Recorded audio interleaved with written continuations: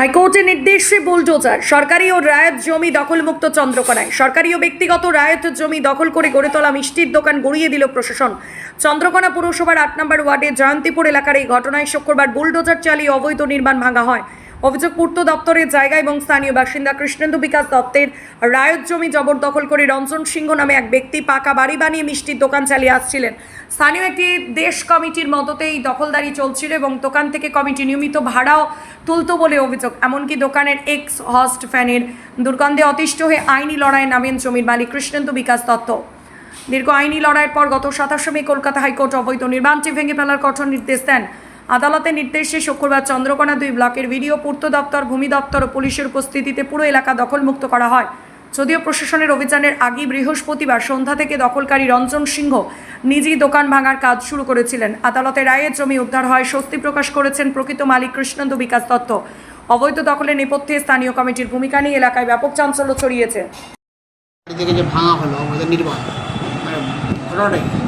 ঘটনাটা হচ্ছে এইটা একটা 58 নম্বর দাগ, আমার নিজস্ব রায়ের জায়গা। আমাদের নিজেদের মধ্যে একটা অ্যামিকেবল সেটেলমেন্ট হয়েছিল। আমার অংশের জায়গার সামনেতে হচ্ছে মিষ্টির দোকান, যেটা পিডব্লিউডির ল্যান্ডের উপরে অবৈধভাবে গজিয়ে উঠেছে এবং সেইটা কিনা দেশ কমিটির হচ্ছে রেজুলেশন মূলে তিনি ওইখানে নাকি ভাড়াই ছিলেন। এবং তারপর ওইখানটা থেকে পিছনের দিকে একটা এক্সস্ট ফ্যান লাগানো ছিল। সেই এক্সস্ট ফ্যানটা আমি বারংবার বলি যে এইটা থেকে দুর্গন্ধ আসছে, আমাদের বসত বাটি আছে, আমরা থাকতে পারছি না। উনি কোনোরূপ কর্ণপাত করেননি এবং তৎকালীন সময়ে দেশের যিনি ছিলেন, সভাপতি ছিলেন, তিনি সভাপতি নয়, সেক্রেটারি ছিলেন হচ্ছে আমাদের সুব্রত বিশ্বাস। তিনি ওনাকে বারবার এই বিষয়টা জানানোর পরে কোনো কিছু হয়নি। না হতে আমি কোর্টের দ্বারস্থ হই। কোর্টের দ্বারস্থ হতে হাইকোর্টে ফাইল হয়। হাইকোর্টে ফাইল করার পর কোর্ট ডাইরেকশন দেয় যে এসডিও সাহেবকে যে বিষয়টা অনুধাবন করে তিনি যেন ভালো ফিল্ড ইনকোয়ারি করে সেটার একটা ডিমোলিশ করেন আর কি।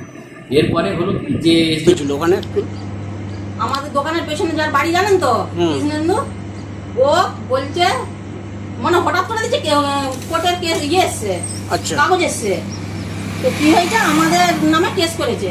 কেন বলছে আমাদের সামনের ফোন খালি করতে হবে। দিয়ে সে কেস করেছে, কেস চলছিল।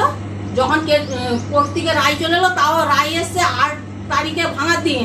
8 তারিখে আমরা কাগজ পেয়েছি।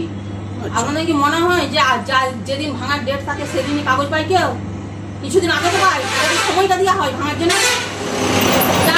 8 তারিখ থেকে 15 তারিখ পর্যন্ত সময় ছিল কাগজে, কোর্টের কাগজে লেখা আছে। কিন্তু সেই সময়টা আমাদেরকে সেই যে 7 দিন মাঝখানে, সে 7 দিনও সময় দিল নিখোঁজ করার। আবার ও ফের এসডিওকে জানালো, এসডিও দিকে থানাতে রিপোর্ট গেল। হঠাৎ করে কালকে 2:30টার সময় আমার দোকানে মাল সব বার করে নিয়েছিলাম, শুধু শাটার খুলতে বাকি ছিল। আপনার কোনো জায়গা ছিল না? আমারও কোনো জায়গা নাই। আর ও যে দেখাচ্ছে ওর জায়গায় আমরা বসে আছি, সেটা ওরও জায়গা নয়, পিডব্লিউডির জায়গা। সরকারি জায়গা ছিলেন ওই জায়গাটা আপনারা দেখে বুঝুন যে ওইটা সামনের ফোন কি ওর তো সামনের ফোন খালি করে আছে।